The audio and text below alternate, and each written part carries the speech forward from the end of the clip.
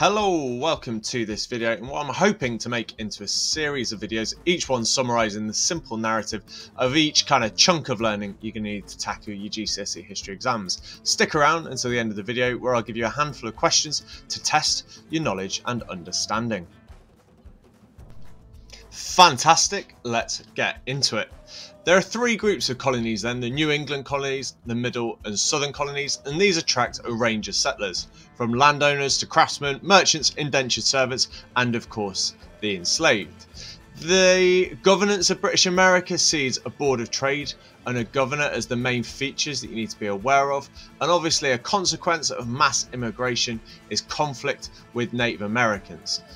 What drives economic growth in British America predominantly is trade with Britain. As more people come into the country, more and more goods are produced, and this leads to a growing economy and a prospering society.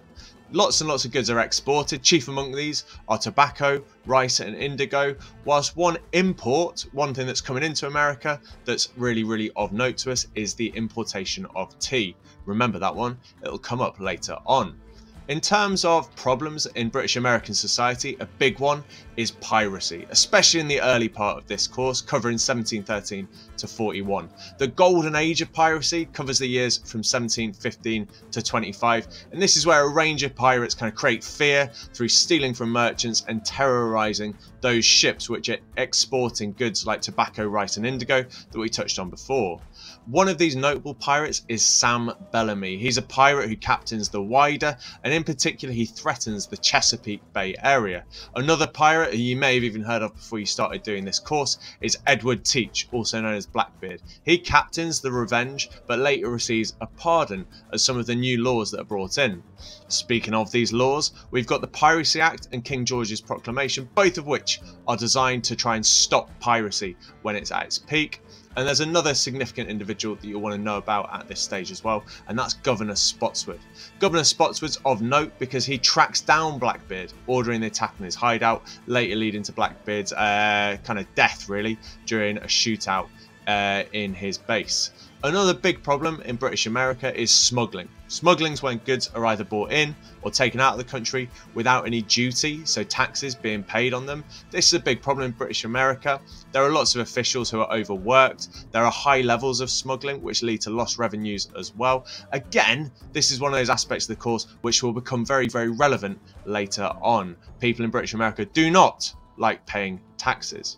Another issue which you also need to be aware of is the issue of the fur trade in North America. This is something which comes up, fades away again. Essentially, Britain brings in laws to try and limit the production of beaver fur hats in particular.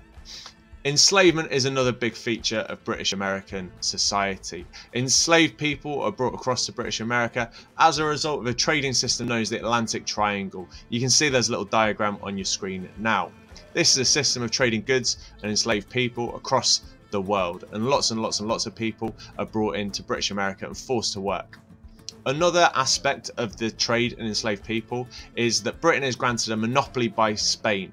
This is called an asiento, and it gives Britain the right to sell slaves to Spain exclusively. One of the big things that enslaved people are expected to do and are forced to do is to work on tobacco and rice plantations. There are some features that you need to be aware of with both these things, as well as knowing how they differ. So in terms of the tobacco plantations, enslaved people would be expected to labour, but also they would advise. It was highly profitable, and it led to up to a third of the population in the Chesapeake area being enslaved. The rice plantations were particularly tough for enslaved people. Enslaved people were given more responsibilities, and here they were an even greater percentage of the population, often outnumbering the free population. The impact of enslavement on society is really notable. The risk of rebellion by enslaved people was always on people's mind, and we're going to look at a couple of examples of this later on. And there are also difficulties for poor white labourers as well, which leads to resentment in society. In 1733, something happens which makes the situation for British America even less stable, because the King of Spain offers freedom to any British slaves who were able to run away to Spanish-owned Florida. And this is a kind of a medium-term chorus, really, of what would become the Stoner Rebellion, which is a large-scale revolt of enslaved people in 1739. This sees enslaved people in South Carolina march south towards Spanish Florida, but in a confrontation with a local militia, most of them are killed.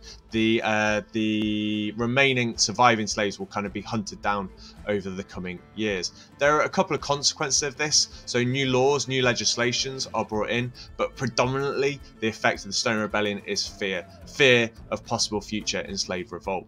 We also see this fear play out in what would become known as the New York Conspiracy of 1741.